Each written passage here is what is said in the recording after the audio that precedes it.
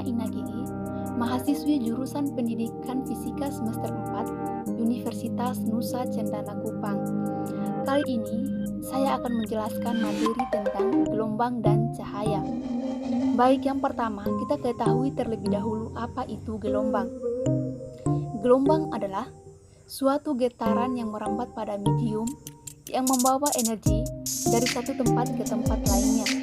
Perlu diketahui bahwa pada gelombang yang merambat adalah gelombangnya, bukan medium perantaranya. Baik, berikut ada jenis-jenis gelombang. Yang pertama itu ada gelombang longitudinal. Nah, gelombang longitudinal itu adalah gelombang di mana arah perjalanan gelombang searah dengan sumber getar. Nah, yang berikut ada gelombang transversal. Nah, gelombang transversal itu adalah gelombang yang arah getar dari tiap titik partikel dalam medium tegak lurus dengan arah perambatan gelombang. Baik, berikut juga ada macam-macam gelombang. Nah, yang pertama itu ada gelombang mekanik. Gelombang mekanik ialah gelombang yang di dalam perambatannya memerlukan medium atau penghantar untuk dapat merambat. Nah, gelombang mekanik itu berupa zat padat, zat cair, dan juga gas. Nah, yang berikut juga ada gelombang elektromagnetik. Nah, gelombang elektromagnetik ialah gelombang yang di dalam perambatannya tidak memerlukan perantara. Nah, misalnya itu ada sinar X, sinar gamma, sinar ultraviolet, ada ini cahaya tampak, ada inframerah, ada gelombang TV, gelombang radio, dan juga gelombang radar. Nah, yang berikut saya akan melanjutkan materi tentang cahaya.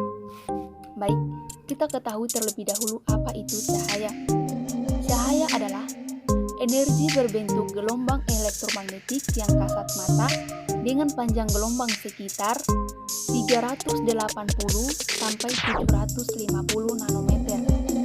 Nah, cahaya juga merupakan satu-satunya hal yang dapat kita lihat dengan jelas. Cahaya juga memiliki beberapa sifat. Nah, sifat-sifat cahaya yang pertama, cahaya dapat merambat lurus. Nah, contoh dari cahaya dapat merambat lurus ini, ketika kita memegang senter, kemudian menyalahkan ke arah depan. Nah, maka yang terjadi, cahaya merambat lurus sesuai arah yang kita inginkan. Nah, yang kedua itu ada cahaya dapat menembus benda bening. Nah, contoh dari cahaya dapat menembus benda bening ini, ketika kita mau melihat ke atas rumah yang memakai genteng dari kaca bening, maka cahaya sinar matahari dapat masuk tanpa terhalang karena genteng tersebut terbuat dari kaca bening. Yang ketiga, cahaya dapat dipantulkan. Nah, contoh dari cahaya dapat dipantulkan ini, ketika kita bermain di siang hari dengan membawa cermin atau spion, kita arahkan ke arah datangnya sinar matahari. Lalu, kita mengarahkan ke segala arah. Maka yang akan terjadi, ada sebuah cahaya yang terpantul dari sinar matahari tersebut. Yang keempat, cahaya dapat dibelokkan. Contoh dari cahaya dapat dibelokkan ini, ketika kita memasukkan tongkat ke dalam air yang terkena cahaya matahari, jika dilihat dari atas, maka tongkat tersebut terlihat lebih besar dari ukuran yang sebenarnya. Baik, sekian materi dari saya. Materi selanjutnya akan disampaikan oleh teman saya. Sekian dan terima kasih. Mahasiswa Pendidikan Fisika semester 4, Universitas Nusa Tenggara. Di sini saya akan menjelaskan materi mengenai pembiasan. Seperti kita ketahui bersama bahwa selain cahaya dapat dipantulkan, cahaya juga dapat dibelokkan. Dalam hal inilah yang disebut dengan pembiasan cahaya. Maka dapat disimpulkan bahwa pembiasan cahaya tersebut merupakan peristiwa pembelokan arah rambat cahaya karena melewati dua medium dengan kerapatan optik yang berbeda. Adapun hukum Snellius yang menjelaskan bahwa dalam hal ini hukum Snellius pertama yang mengatakan sinar datang, sinar bias, dan garis normal terletak pada satu bidang datang. Itu hukum Snellius yang pertama.